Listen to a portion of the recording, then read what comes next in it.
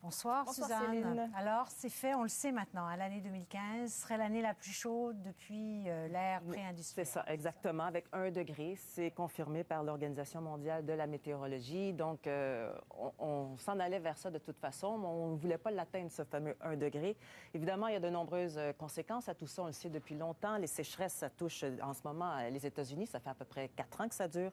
Il y a les vagues de chaleur qui sont plus fortes, plus longues aussi. Des tempêtes destructrices, oui, on en parle souvent aux États-Unis, mais il y en a un petit peu partout aussi sur la planète. On a également des conditions de pluie abondantes. On l'a remarqué dernièrement du côté du Nouveau-Brunswick, entre autres. Les États-Unis aussi, il y a des crues printanières qui sont plus précoces. Donc, tout ça nous touche presque à chaque année. Alors là, dernièrement, c'était quand même assez quelque chose pour plusieurs. Vraiment des conditions très difficiles. Et là, on a un mois de novembre qui est exceptionnel sur une bonne partie de l'est du pays, avec beaucoup de douceur aussi. Donc, ça se poursuit. On a un El Niño aussi qui est très, très fort. Faut pas l'oublier, lui. Alors, on verra ce que ça va donner. En attendant, on a des nuages, des précipitations sur le nord de l'Ontario. Ça déborde sur le nord-ouest du Québec. Là-dedans, on va aller chercher un 2 à 4 cm, peut-être 5 en étirant un peu. Il y aura un peu de pluie également sur les régions un peu plus au sud de l'Ontario, le sud du Québec aussi. Le front qui va changer vraiment la donne avec les températures qui vont chuter considérablement. À certains endroits, avec le vent qui va se lever, on aura peut-être un petit peu de poudrerie aussi.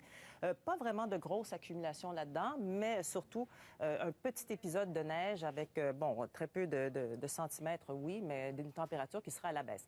Du côté des provinces de l'Atlantique, c'est magnifique. On a des vents qui sont modérés à forts, donc peut-être des rafales jusqu'à 50-60 km à l'heure, mais vraiment, ça se passe sous le soleil. C'est venteux également pour les îles de la Madeleine, des rafales jusqu'à 60 km à l'heure. D'ailleurs, la Gaspésie, le Bas-Saint-Laurent et la Côte-Nord, c'est les vents qu'on devrait avoir pour demain, avec des petites averses en après-midi pour la Côte-Nord, à 60 de probabilité.